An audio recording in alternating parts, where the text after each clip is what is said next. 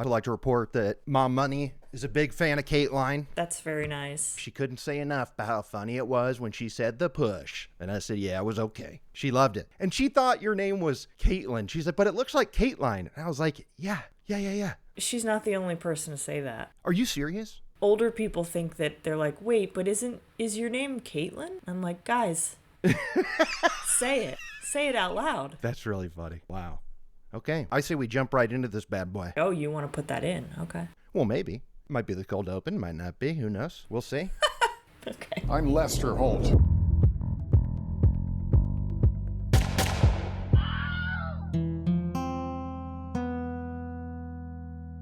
So we find ourselves in another From the Vault situation because we are in the dog days of summer and there's no new dateline.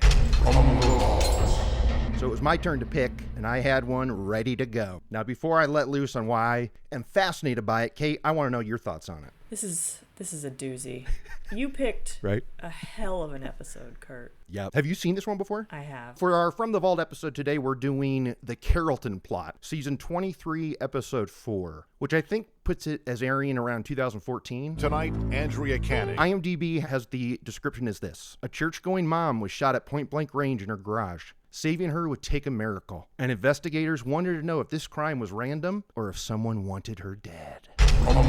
The Carrollton plot, I felt like they could have had more fun with the title of this app, but Carrollton, the town, has a logo. I say 10 out of 10. What is it? Well, it's just the word Carrollton, but like the L's are on top of each other, like the double letters. Oh, interesting. The way you described it, it sounds like a mess. Yeah, well, it's just got a 70s ski resort. Oh, okay. I got it. Cool. Yeah. What did you think of the setup that they had? You know what I'm talking about. The coffee shop? Coffee shop? Yeah, where AC, when she's doing her interview with the two cops, oh, like they had it set as if they were like stopping by and getting some coffee. They all had a cup of Joe in front of them, and the camera was always moving and stuff. AC is introducing us to Frank, who she describes as he was fine in the 100-degree weather of East Texas because he was an accountant. She said that? She said that. 52-year-old Frank Howard wasn't sweating it. Frank was an accountant. What? And what, he like sweats big numbers all the time or something? It was weird. His life was good. I actually thought one of those detectives at the coffee shop looked a lot like you, Kurt. Oh, no. The doughier one? No, the young man. Oh, the other one? The young, handsome guy. Okay, I'll take it. Great. I had my dukes up because they're both bald. So I was like, I don't like either one of these guys. But you're bald. Shh. I mean... The audience does not know that. Long locks of thick, dark hair on Kurt. Like Frank, another head of hair on this guy. 52-year-old Frank Howard. He had some Polly Walnuts going on with the silver on the sides. Snakes were f***ing themselves long before Adam and Eve showed up, T. Okay, so it opens up. Nancy Howard has arrived home from church. She's got a bag of tacos in her hand, and she goes into her home through the garage, and she is basically jumped by somebody with a gun. He pulls her in from behind, and she spins around and actually looks at him. Yeah. She didn't understand at first and handed him the taco bag instead of her purse. And so I gave him my Taco Bueno bag. Okay, I love Nancy because she's like, this guy must have thought I was crazy. Here I am handing him my supper.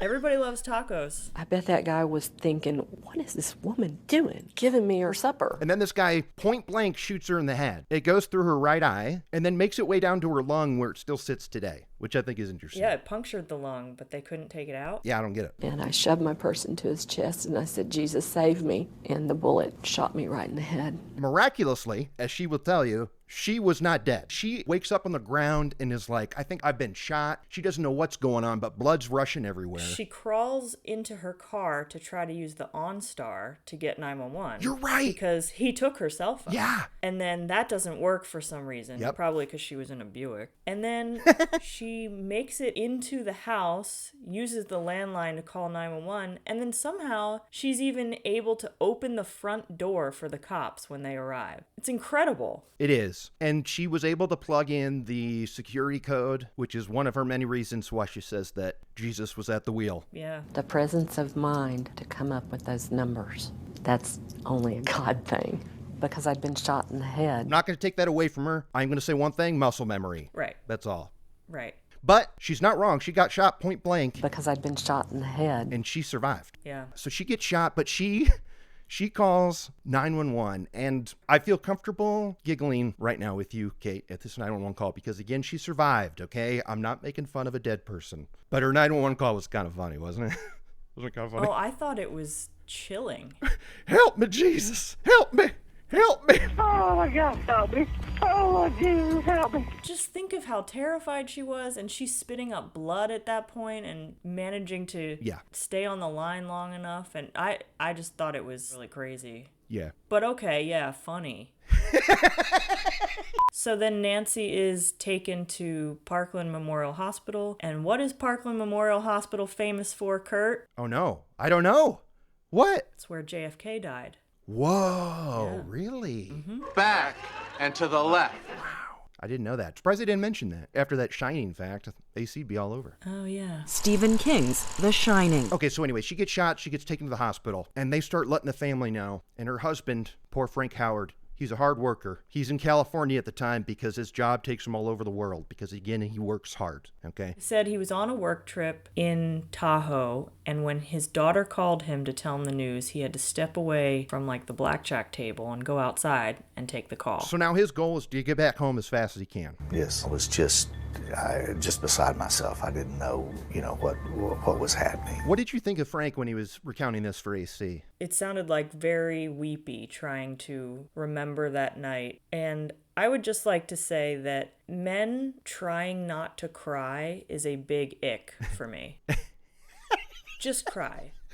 Like the pausing and saying, I'm sorry, and trying to hold it back. Yeah. It's so annoying. She spent the first 10 days of her life in the... So he makes it home, and he rushes to that hospital to see his poor wife. He finds out that she is not dead, and he tells her that whatever happens, they're going to get through this together, and how much he loves her, and all this other great stuff. It was very traumatic to see that happen to her. Very difficult, very emotional time. Yep, and she's so thrilled that he's there, that he rushed back to her side. Yeah, she's pretty excited. Nancy is a good person. She is always looking to help people, which is very honorable, but it can also be very dangerous. I mean, unfortunately, the world is a scary place. So when her daughters said that they couldn't understand how something like this would happen to their mom because she's not the kind of person who would end up shot, I was like, well, they said she's picking up hitchhikers and opening the door for strangers all the time. So she absolutely is the type of person who could get shot. Yeah. Also, anyone can get shot. Yeah, no kidding. Somebody came to the door, tried to help them find a hotel room. That's so dangerous. Again,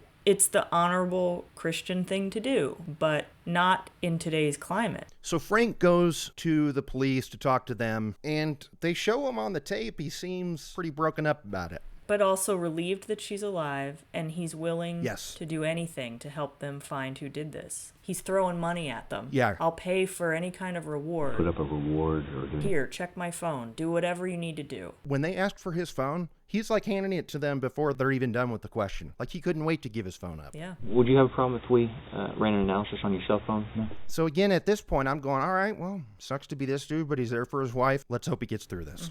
Then the cops look at the phone. What do they find on there, Kate? He's got another whole life happening in Tahoe with another woman. Yep. He has been in a relationship with her for years. Yeah, 3. They have a home together and a vacation home. Yeah. I knew something was up with him as soon as they said the family was perfect, like the Cleavers from Leave It to Beaver. Perfect families don't exist, and when people claim they're perfect, that's just a huge sign that there's some drama going on. Yeah, that's definitely true, and especially in a Dateline. You know at this point in the episode that, like, they're setting you up for something. And you're right about that Beaver Cleaver moment. Those daughters loved talking about that, didn't they? And their nicknames. Oh, yeah. Oh, we joked, like, that we were the Cleavers, and Jay was Beaver, I was Beavette, Brianna was Beaverly. And it's not just he's cheating on his wife. Like you said, they own property together. He's fully in And it. he gave money to her daughters for school. He bought her a car. He gave her $500,000 cash. Straight up. And also, for some reason, he had to name a lot of different businesses, maybe for embezzling or something. Yes. But all those businesses had her name in the name of the business. Did you know that? I did not know that. Yeah, like one of the business names was like Sue Tahoe as one word. Huh. Because Suzanne plus the Tahoe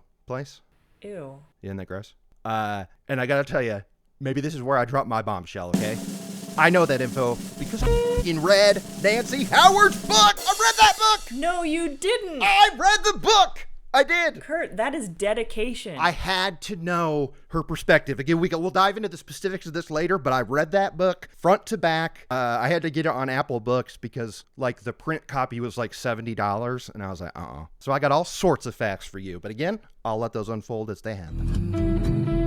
So he's got a whole other life because a few years earlier in 2009, he got this great new job. This whole side of it is super shady. It took Frank overseas a lot because of that. He gets this job in 2009, and this is when Nancy talks about seeing a change in him. And it's tied directly to this new job and this new girlfriend. Yeah. He got a lot of money, a lot of disposable income, and an excuse to be out of town all the time. Also, in his office, he had a frame with him, Suzanne, her daughters, and on the frame it said love.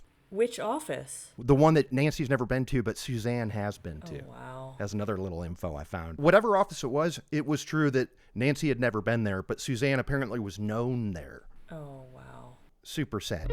Yeah. Tragic. Frank gets this new job, and with it comes a lot of money and power. He's going to Super Bowl games, flying on private jets, and it goes to his head, and now it's created a monster who's cheating on his wife and just spending money willy-nilly left and right. Yeah. I would also like to point out, Frank is interviewed by AC a bunch. Like, they had a proper sit-down, and he was saying how with it came a lot of new benefits, or like it was a new life that we weren't accustomed to. It's basically presented as like this money went to Frank's head. But I'm going to tell you this. He got that job July 5th, 2009. He met Suzanne 20 days later. Okay, so like this inner monster was waiting to come out. He didn't have this job for a month. And he was like, well, it's time for my second life. Here we go. This monster was always inside. Yeah, it took a week before it got out. Money corrupts, Kurt. It sure does. But also, it sounds like he was always corrupt. Yeah. At this point, the cops find all this Suzanne info, and they're like, what's going on here? And Frank's like, well, I was honest about it. They wanted my phone. I gave it to them. I knew they would find it. But anyway, he has to call Nancy and tell her in the hospital that he's been having an affair because she's going to find out. And he can't go in person because he's not allowed near her. Like, the cops weren't allowed to let him in there because of the suspicion. So he's got to call and let her know. And that was just one of many heartbreaking moments when she was like, he told me, and I was just like, really? Yeah. Because it's just such classic douche guy moves. Like, it's cliche stuff. I'm like, really? And when he told his daughters, they had a similar reaction. Like, Dad, really? Come on, man. And I was like, crap. Like, Dad, come on. Don't have affairs, you know? That's a hard thing to hear. Yeah, it is. It was, you know, a punch in the gut. It's like, this is not what's supposed to happen, you know? They were disappointed in him, but not enough. Nope. They let that go real quick because guess what? Cheating on your spouse is human. It happens. Okay? Killing is not human. Well, it's one thing to say that someone is cheating, and it's another to say that they're capable of murder. That is true. Yes. At this point. That is true. At this point. Yeah. You guys were the Cleavers. Yeah, we were the Cleavers. And it was like, okay, this is not a good situation. So Nancy's in the hospital, like near death. She can't walk. She can't talk. The daughters, boy, how many times do you think they've told that dumb story about the sign language and putting on their spelling hats? I thought it was sweet. So she's over there like doing stuff with like the bottom of her hand, and I'm like, okay, she's spelling something. Crap, Brianna, what is that letter again? Yeah. And she beat her hand on the pillow to be like, no. And we're like, okay, put our spelling caps on. Doing whatever they can to communicate with Mom. Yeah, the older daughter, Ashley, would not let AC finish a f***ing sentence. That is true. Your mom is in the hospital with a gunshot wound, and I'm like, I'm sorry, what? So that must be the most bizarre phone call. The weirdest phone call. Can we talk about AC's choice of jewelry in this one? Okay, what's up? You're not a fan. She had that big turquoise statement necklace. Yep. And then in the other interviews, she had the exact same necklace, but in pink. Really? Yeah. Huh. Well, I guess she likes it. I guess. A lot of sleeveless numbers in this episode as well. Yeah, well, maybe it was summer. It was the kind of heat that melts asphalt. We then learn a few weeks before the shooting, cops pulled over a suspicious car that they had seen driving around Carrollton for hours. Yeah. The driver is this 19-year-old kid named Dustin Hirams. He tells them a whole bunch of confusing stories about why they're in town, they're looking for somebody. But ultimately, the one guy says he was just hired by a man named John. Hiram's blurted out that he was a hitman involved in a plot to kill a Carrollton woman. So the cops arrest him, but they eventually let him go because it's just these two kids that are probably on meth and aren't making a lot of sense. Obviously, they arrest him, but they didn't do anything about it because they thought it was the ramblings of a meth addict. Right. Which is a reoccurring theme when it comes to how some trouble could have been avoided in this episode. What do you say? Yeah. Then the cops get another break in the case. An inmate, Billy Earl Johnson. Billy Earl. Yep. he reaches out to them and says he has some information about this murder for hire plot. Yeah. Now, Billy Earl is not just an ordinary badass, Kurt. No. He is also mean. And he knows it. And he wants to be very clear about that. Yeah. I don't claim to be tough and bad. I'm mean. I'm gonna hurt you. If you jump on me, I'm gonna hurt you. He's got a list of demands. He wants to be out of prison by that upcoming weekend so that he can see his grandkids. Yep. As if he's in any position to be making demands like that. Boy, he was talking like it, though, right? Oh, yeah. You could say anything about Billy Earl, the guy oozes confidence. I want to be free, and I want out this weekend. That's just not how it works, pal. You're in jail. You gotta stay there. Also, he is a rough-looking 49-year-old. Oh, yeah. When he said 49, I was like, oh, no, dude. Those are lived in. Yeah, well, that's meth. Billy Earl also mentions being hired by someone named John, just like Dustin Hiram said. We always called him John, that was it. So John... So the cops are like, well, wait a minute. Boom. We've heard that before. And then they learn that Dustin is actually Billy's stepson. Yep. So they're all involved. And Dateline tried to tease it out. You'll never guess who John is. And then they show Frank, Nancy's husband, who at this point is the only other man they've introduced us to in the whole show. So it's like, yeah, duh. So who is this infamous Mr. John? It's the biggest twist of all. They even had a picture of him in his fancy car. Wait till you see it.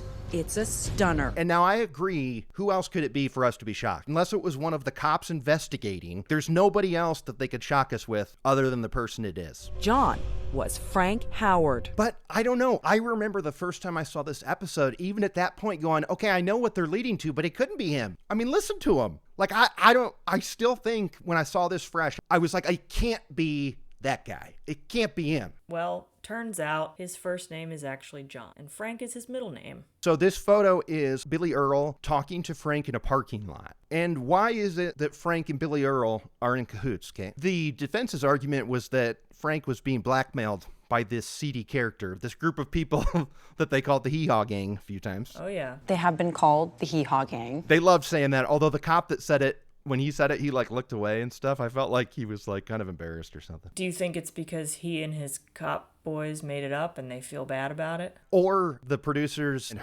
they were called that, so they were trying to get him to say it so they could have it on air. And he was probably like, hey, this is, we goof and stuff. I'm not about to say it on cam. Right. But then AC probably said, please. And then he said, okay. He couldn't resist. I'll do it. He couldn't resist. He saw that big statement necklace and he was like, this woman's gonna ruin me, and I'm okay with it. Yep. Some people might depict him as the Hee Haw Gang. So to hear Billy Earl tell it, he and his extended family, and by extended family, I mean 13 people total, were in on this, okay? He says that for over 2 years, this guy, John, has been trying to get him or one of the other members of the gang to kill his wife. And, Billy Earl apparently says he's on board, but what he does instead is keep getting more and more money from John. Yeah, he strings him along so that he and the whole gang can just get tons of meth. And jet skis and cars and four-wheelers and all this other... And riding mowers. Yeah. So Billy Earl and his people, they tell this John that, yeah, we'll kill your wife, but we need money. So John gives them money, thousands and thousands of dollars. And then they keep coming back and saying, like, they keep having excuses like... Billy was the master of outlandish excuses. He had a brain tumor. He had seizures. He had spells. He'd done too much dope. And it seems like John, bought it.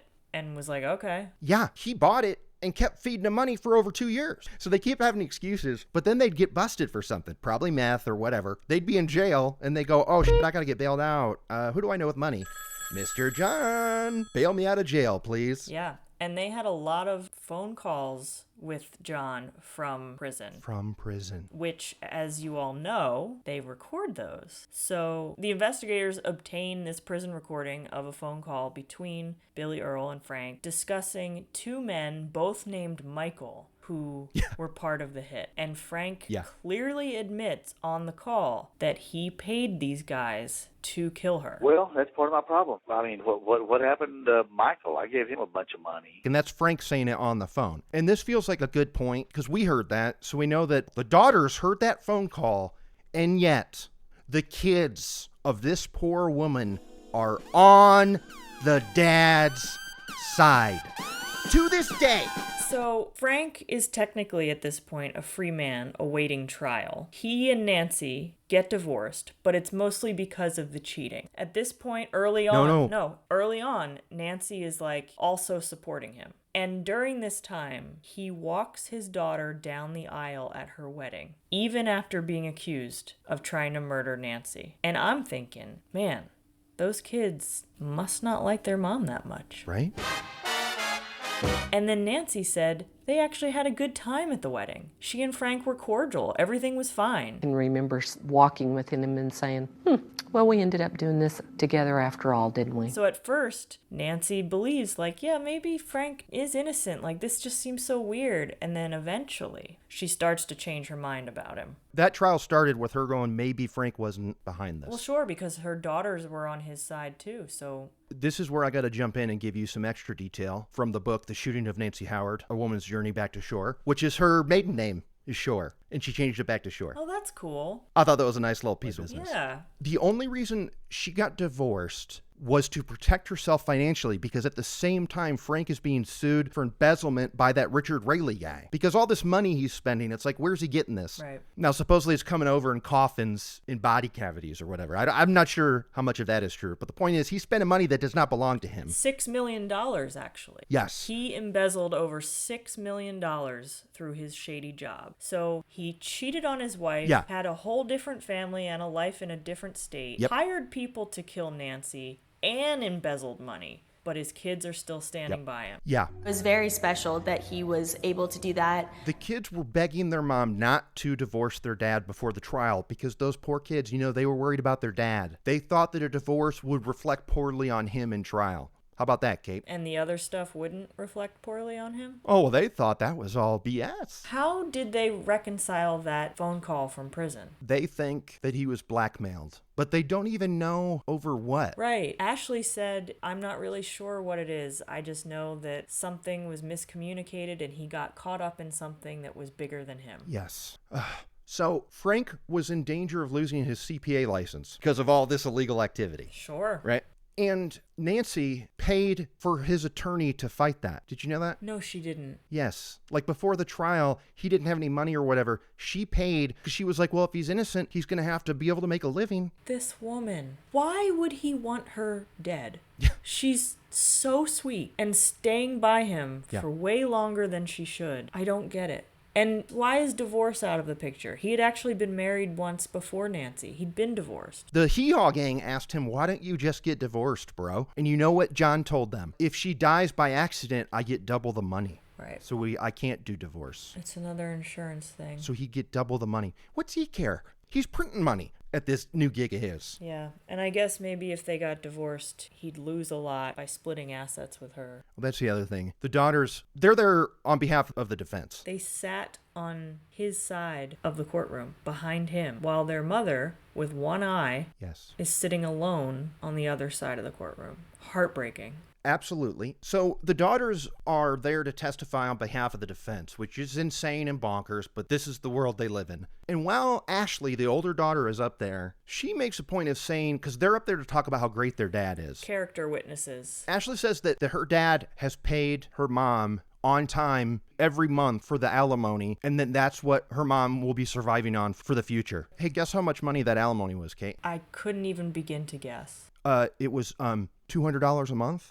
Can you live off $200 a month? What do you think? No. No. And that was part of the daughter's testimony, that mom's just fine, dad takes care of her, okay? Unreal. But by this point, Nancy had actually... She had to do so much, what's it called? Recovery? Rehabilitation. There you go. She had to do that a lot because, like, the floor of her eye socket got shot out. So when they'd put the eye in there, like, it's lower than her other one. And also, she was saying how the socket would stretch, and so her fake eye would fall out all the time. Oh. It's like she's Gareth in Pirates of the Caribbean chasing around the eye. Isn't that sad? It is.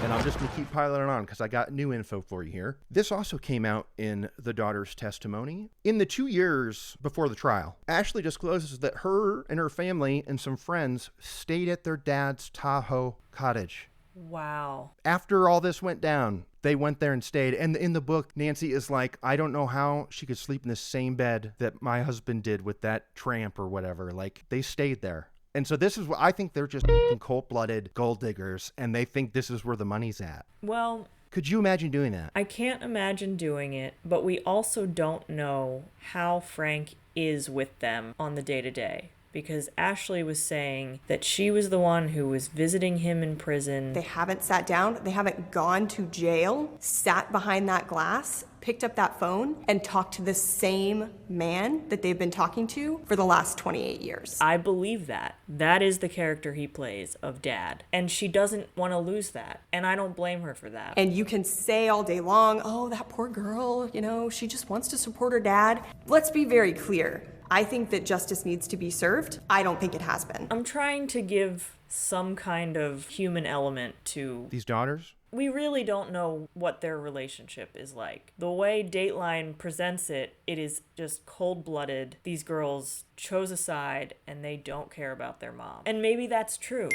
But they might be seeing a very different version of Frank. But I want to know what that version tells his daughters about his voice in the tapes, or all the money he gave to these people, or the fact that they knew that she stayed at the Gaylord Hotel for a scrapbooking event, and how if her friends had to die too, that was okay. And also there was a time where she was with her mother, and Frank said, well, if her mom's there too, then so be it. Collateral damage. What could this Frank, the father, possibly present to these kids to justify them siding with him? Because her whole thing is like, it's not human to kill somebody. A human wouldn't do that, which is obviously yeah, humans do it every time. And her whole point is, my dad wouldn't do that, and you don't know my dad. I'm sorry. I'm calling bullshit on that. He tried to kill his wife for 2 years. Yeah. How do these kids operate? And then, that wedding. They had to get special permission for him to go to that wedding because of the restraining order or whatever. And then during the trial, the kids testified Mom wanted to dance with Frank. I believe that, actually. In the book, Nancy says that she asked them, do they want her and her dad to have a dance? Because it's a f***ing wedding. Because she wanted it to be just like their other daughter's wedding. She just asked, do you want me to dance with your dad? And then they spin that in court as saying that she wanted to dance with dad, as if she's not really mad at him. How about that? That's manipulative. When they showed photos of them walking down the aisle together, I cannot believe that he was at that wedding. That was the biggest reveal of the whole show, I think.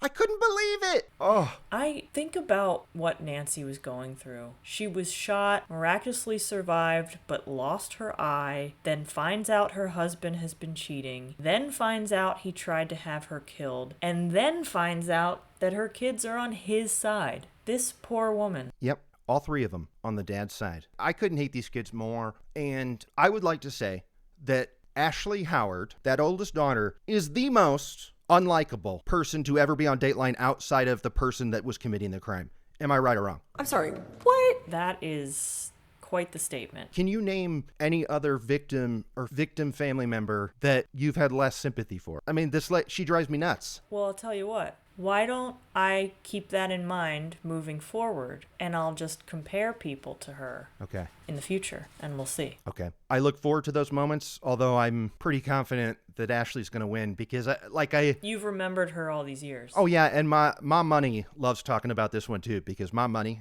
She's got this theory that's mostly just supported by this episode that daughters will always protect the dad. Oof, not me. To John's children, I'm sorry, but your dad did it. I don't know. She's not happy with this daughter, but it's always this episode that we talk about. And also, last week when I was saying about when family members defend someone. Yes, you did bring that up. No, your parent is a killer. Yeah. Like, don't talk to him. And this was what you were thinking of. This is exactly what I'm thinking of. Because it's happened in other episodes, but this is the one where it's the most, what the are you thinking? They're thinking they don't want to lose that picture perfect, leave it to Beaver life that they thought they had. But they could have that with their mom, Kate. They could. Their mom is alive. And she's with great. One eye. And she's awesome. And also, her email was Blue Eyes Howard because she was so well known for her beautiful blue eyes. They were beautiful. And then one of them got shot out. And in the book, she was saying how another thing that made her sad was that her eyes were the reason why she had been compared to Elizabeth Taylor in her life. That's interesting because Elizabeth Taylor's eyes were violet. Well, I mean, yeah, I don't know. But it was something that was important to Nancy. Yeah. She was like, I have these beautiful blue eyes. I'm like Elizabeth Taylor. And now she's got a fake one in there that falls out all the time. I think it's safe to say that I'm Lester Holt stands Nancy. Oh, yeah, absolutely. Some of the pushback is about how she's clueless and her daughters are clueless and how could she be so naive. Look, as someone who does not subscribe to her thought process. Do you consider it a miracle? Oh, absolutely. There's no explanation except my Heavenly Father was there. It's working for her. I mean, I don't know how else she could survive right now without having this insanely rosy outlook about how God's looking out for her. Because how else do you survive this? Her faith is keeping her going for sure. And it's impressive. Oh, we got to talk about, I think her name is Jamie Beck, the prosecutor. She feels my pain. When they introduce her, she's talking about Frank, and she goes, the thing about him is I just don't like him. I don't like him. Yep. Oh! I try not to get too personally involved, so to speak, but I did not like him. I did not like the good versus evil aspect to him. It's crazy to me how when you rewatch this episode and you hear Frank talk about when he found out that his wife got shot, and he's talking about how worried they were that somebody was after her. We were trying to figure out what happened and how it happened, and we didn't have any idea. Someone was out there. Yeah, we were scared. Dude, you know who was after her. You've been trying to pay people to do that for over 2 years. Yeah. He is a liar. He is a liar with a great head of hair. Yeah. You know what? I was thinking they should offer prisoners money to give up their hair follicles. What do you think, Kate? Ew, weird. What do you mean? That could get weird. What do you mean? Why? You can do a lot with hair follicles. Oh, you mean DNA-wise? I don't know. Now you're beginning to worry me. So, do you think that they would have solved this case if Billy Earl hadn't contacted them out of the blue with information? Yeah. Because every other criminal in East Texas knew this story. Oh, I love one of the Hee Haw gang that testified against Billy Earl, Charlie. This guy seemed cool. He did seem cool, but I love when AC was like, and Charlie in full finger-wagging mode. I love that. Charlie Louderman, in full finger-wagging mode, says John Howard got what he deserved. You're smart, and you hired an idiot to do your dirty work. Even Billy Earl, when he first told the cops he had information, he was like, this woman doesn't deserve that. Yeah. I mean, look, he's the reason why the ball started rolling. So I got to give him that credit. And I'm not saying he's a complete wash like the defense, when the defense is like, you can't trust anybody in Orange. Oh, wait, you could tell this episode came out in the early 2010s because AC mentioned Orange is the New Black. Oh, yeah. If Orange is the New Black, this was a fashionable crowd. Did you notice the 2021 update in this? No. At the end, there's a VO where AC's talking about how In 2021, Lawrence pleaded guilty and received a 10-year sentence. So that means that they're going back to these kind of cases and updating them like this. I like that part of it. That part's kind of cool. But I feel like that's why they don't just put all old episodes on Peacock, because they're like, we've got to repurpose all of them to look the same and give updates where we can. It didn't look like that back then. You know what I'm talking about? Yeah. I just wish that they would let old episodes be old episodes, because what they don't realize is those are time capsules to a period of time that doesn't exist anymore. And this need in streaming to have no born on or sell by date on anything is they want everything to look exactly the same, because they don't want you to not watch it because it looks old. And I think that that's wrong, and it bums me out because I love seeing the old graphics. So then when they update the graphics again, they're going to have like 700 episodes to go back and update. Yeah, well, anytime I start talking about Peacock is probably the sign to wrap it up, or else we're going to be here for a while. So let's get those lists going. Caitlin. All right. Is this a small town? I mean, where the Hee Haw gang is, yes. Right. I say count it. Okay. All right. 2, nobody's in the military. Yeah, you're right. No military. And 3, no Florida. This is all Texas. Yeah. Very Texas. Okay, now it's time for Kurt's Kick-Ass List. Number 1. Do they say it's like a bad movie? No. No. They don't. But I would offer, this would be one hell of a comedy starring like Zach Galifianakis or something. Like, you remember Masterminds or 30 Minutes or Less that were based on true crime events? Like, this one, I mean, other than R.I.P. the One Eye, she survived, so they could have fun with it, I think. Couldn't you see this as a comedy? Yes. What was that movie with Jack Black? Oh, it took place in Texas. Yes, and that was based on a true story. And it was sort of a dark comedy, but God, what was that called? Was it just his name or something? It was his name, yeah. Look it up. Oh, okay. Here we go. Bernie! Of course! It's called Bernie. It could be like that. Yeah, absolutely. Number 2, does Dateline get mentioned? It certainly does, because that's why Frank got a lawyer. Because they've seen shows like Daylight NBC and said that's what they always tell you. You remember that? Yeah. That was lame. And number 3, Signs of a Struggle. No mention of Signs of a Struggle. Signs of a struggle. Because there wasn't a struggle. Billy Earl talking about his stepson being dumb was gold. He didn't know where antifreeze goes. Right. He's so stupid, he didn't know how to put antifreeze in the pickup truck. That dude don't know nothing about nothing. But meanwhile, he's getting his kids hooked on meth and stuff. Billy Earl, maybe you should look in the mirror there, my man. Yeah, look inward. That's right. So I guess that'll do it. I'm Kurt Money. I'm Caitlin. I'm Lester Holt. For all of us, I'm Lester Holt. Good night.